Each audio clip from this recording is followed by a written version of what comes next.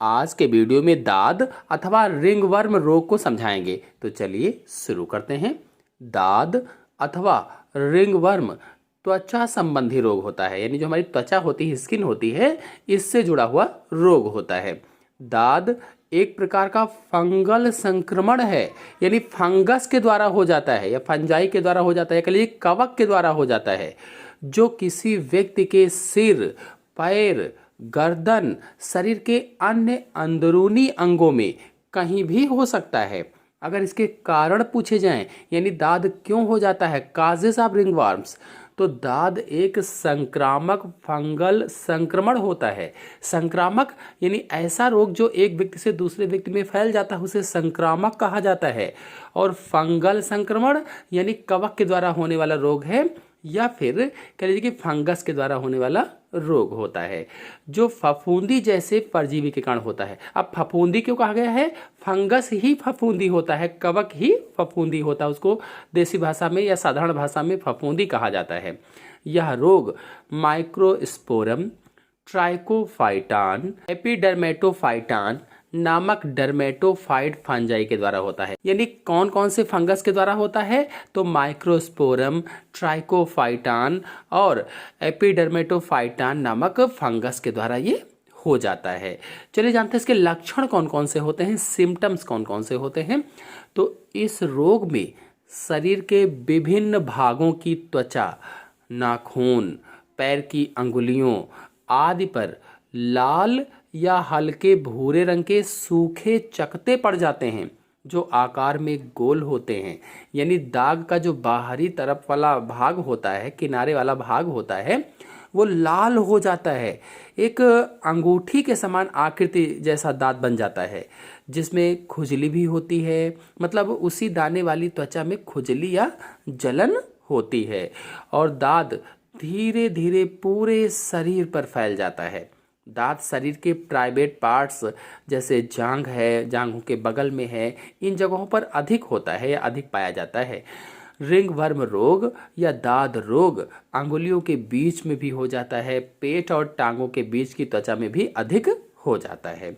चलिए जानते हैं कि इसका इन्फेक्शन कैसे होता है, संक्रमण कैसे होता है, यानी दाद या रिंगवर्म कैसे फैलता है। तो पहला है, दाद संक्रमित व्यक्ति की त्वचा से किसी स्वस्थ व्यक्ति की त्वचा के संपर्क में आने पर हो जाता है। अगर कोई व्यक्ति पहले से संक्रमित है और जहां पर वो दाद है उस त्वचा का संपर्क किसी दूसरे स्वस्थ व्यक्ति की त्वचा से हो जाता है, तो उसको भी दाद हो जाएगा।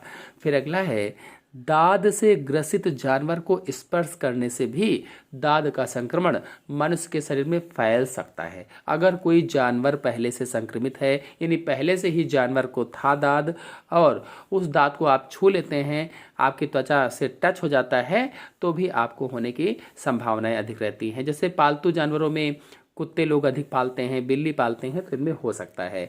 फिर अगला है, अपनी निजी चीज़ों को किसी के साथ शेयर न करें। निजी चीज़ें कौन कौन सी हैं? जैसे तौलिया है, कंघी है, ब्रश है, कपड़े है, बिस्तर है, चादर है। अगर आप निजी चीज़ों को किसी के साथ शेयर करेंगे, उसको दाद है तो आपको हो जाएगा, या फिर आपको है तो दूसरे को भी हो जाएगा। फिर अगला है, शरीर पर जो जगह संक्रमण से प्रभावित है उसे खुरचे या रगड़े नहीं। यानी जहाँ पर दाद है उसको खुरचिए नहीं, रगड़िए नहीं, वरना कई जगह फैल सकता है, क्योंकि ऐसा करने से क्या होगा कि संक्रमण शरीर के दूसरे भागों में फैल सकता है। फिर अगला है, संक्रमित मिट्टी के संपर्क में आने से किसी व्यक्ति को दाद का संक्रमण हो सकता है। अगर अधिक संक्रमित मिट्टी है, उसको आप छू लेते हैं, तो आपको भी संक्रमण हो जाएगा। आपको बता दें कि ट्राइकोफाइटान जो है, ये बालों, त्वचा और नाखून को संक्रमित करता है। जो ट्राइकोफाइटान फंगस है, ये बालों को, त्वचा को, नाखून को संक्रमित करता है। जो माइक्रोस्पोरम फंगस है, ये बाल और त्वचा पर उग जाता है। और जो एपिडर्मेटोफाइटान है, ये त्वचा पर उगता है, किंतु कभी कभी नाखूनों को भी प्रभावित कर सकता है। चलिए जानते हैं कि दाद की रोकथाम के उपाय क्या है, इसको कैसे रोका जाए।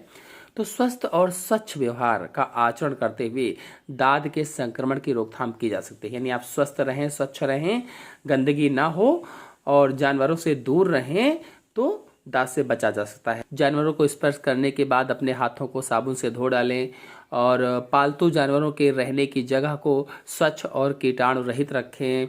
और अगर आपकी प्रतिरक्षा प्रणाली यानी इम्यून सिस्टम कमज़ोर है तो संक्रमित जानवरों या लोगों से जो संक्रमित हैं उनसे आप दूर रहें, दूरी बनाकर रखें। और बारिश के दिनों में सार्वजनिक क्षेत्रों में जूते पहन कर जाएं।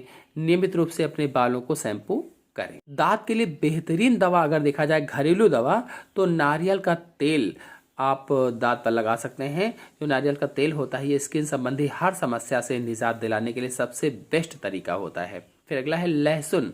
तो लहसुन में ओजाइना नामक नेचुरल एंटी फंगल एजेंट पाया जाता है, इसको लगाने से दांत खत्म हो जाता है। फिर अगला है हल्दी। हल्दी एंटीबायोटिक मानी गई है, इसका पेस्ट भी आप लगा सकते हैं। और काटन में थोड़ा सा टी ट्री जो ऑयल होता है उसको लेकर के प्रभावी जगह पर लगाएंगे तो दांत दूर हो जाएगा।